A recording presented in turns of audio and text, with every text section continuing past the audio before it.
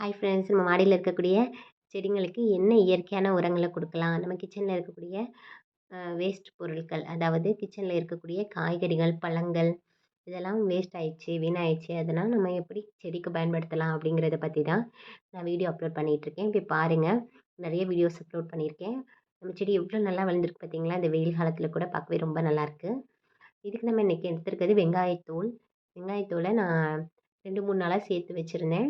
இதை நம்ம இப்போ செடிக்கு எப்படி கொடுக்கலான்னு பார்க்கலாம். இது நான் எதுவும் காயெல்லாம் வைக்கல, அப்படியே தான் எடுத்து வச்சுருக்கேன். இதை நம்ம இப்போ மிக்ஸி ஜாரில் சேர்த்துடலாம்.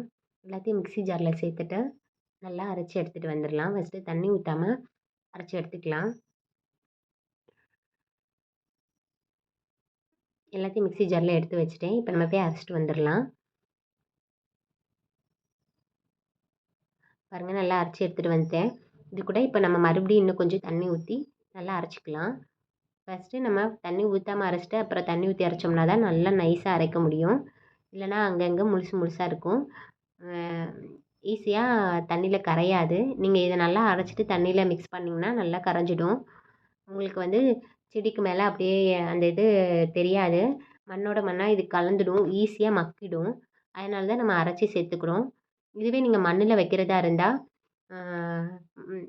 செடிக்கு பக்கத்தில் மண்ணை நல்லா நோண்டி விட்டு அதுக்குள்ளே அந்த வெங்காயத்தூள், அப்புறம் காய்கறி வேஸ்ட்டு, பழங்கள் இது எல்லாத்தையுமே நம்ம அதுக்கு அடியில் வச்சுட்டு மண்ணை போட்டு மூடிட்டோம்னா நம்ம செடிக்கு அது உரமாக வந்துடும். ஆனால் நம்ம மாடியில் இருக்க செடிக்கு வந்து நம்ம அப்படி கொடுக்க முடியாது.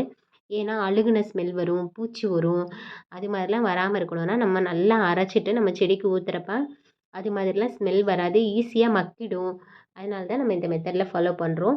நம்ம வந்து ஏன் அப்படியே அரைச்சி கொடுக்கணும், வெறும் பவுட்ரா மட்டுமே நம்ம காய வச்சு கொடுக்கலாம் அப்படின்னா, நம்ம பவுட்ரா காய வச்சு கொடுக்கலாம்.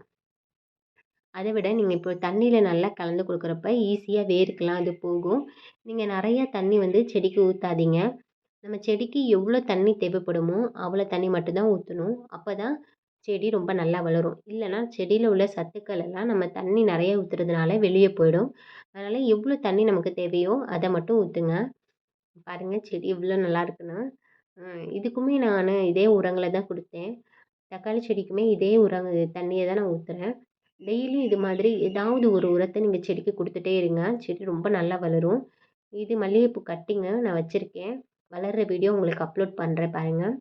கன்ஃபார்மாக நீங்கள் கட்டிங் வச்சிங்கனாவே செடி ரொம்ப நல்லா வளரும். இதுக்கு நீங்கள் நாற்று வச்சு அது மாதிரி கடையில் வாங்கி அது மாதிரி வைக்கணும்லாம் அவசியமே இல்லை. சின்னதாக ஒரு கிளைய ஒடிச்சு வச்சிங்கனாவே போதும். நமக்கு மல்லிகை செடி ரொம்பவே நல்லா வளரும். செவந்தி பூச்செடி, நான் 2 கலரில் செவந்தி பூச்செடி வச்சுருக்கேன். ரொம்பவே அழகாக இருக்குது பார்த்தீங்களா? இதுக்கும் நான் இதே தண்ணி தான் கொடுக்குறேன்.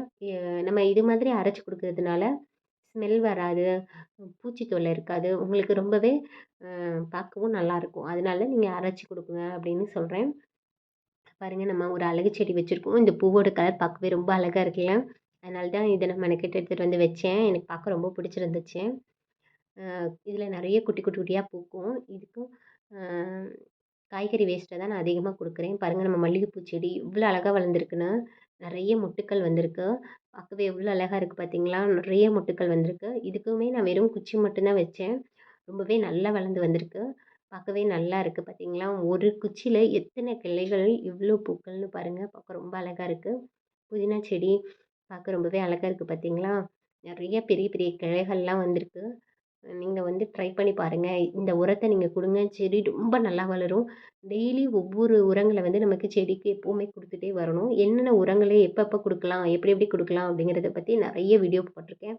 போய் பாருங்கள். உங்களுக்கு இந்த வீடியோலாம் பிடிச்சிருந்துச்சுன்னா நம்ம சேனலுக்கு மறக்காமல் சப்ஸ்கிரைப் பண்ணுங்கள். நீங்கள் சப்ஸ்கிரைப் பண்ணுறது மூலிமா நான் நிறைய வீடியோ போடணுன்ற ஆர்வம் எனக்கு கிடைக்கும். பாருங்கள், நம்ம கருவேப்பிலை குச்சி வெறும் குச்சி மட்டும்தான் வச்சேன். ரொம்பவே நல்லா வளர்ந்து வந்திருக்கு. கருவேப்பிலை குச்சி வச்சிங்கன்னா போதும், அதுவே நல்லா வளர்ந்து வரும். பாருங்கள், எவ்வளோ அழகாக வளர்ந்து வந்திருக்குன்னு.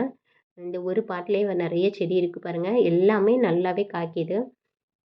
பூக்கள், காயெல்லாம் இப்போ வர ஆரம்பிச்சிருக்கு. பச்சை மிளகா பாருங்கள், நிறைய பூ இருக்குது. 2, 3 காய் கூட இருக்குது. நான் காய் கொஞ்சம் பெருசானதுக்கப்புறம் உங்களுக்கு வீடியோவில் அப்லோட் பண்ணுறேன் பாருங்கள். குட்டி குட்டியாக இருக்குது, அதனால தெரிய மாட்டேங்குது. நம்ம தக்காளி செடி இன்னொரு பேக்கில் கூட நான் வச்சுருக்கேன். அதுலேயுமே 2, 3, 4 காய் இருக்குது. நிறைய பூ இருக்குது. இப்போ தான் காய் வர்றதுக்கு ஸ்டார்ட் ஆகிருக்கு. இது வச்சு 1½ மாதம் தான் இருக்கும். பாருங்கள், எவ்வளோ நல்லா வளர்ந்துருக்குன்னு.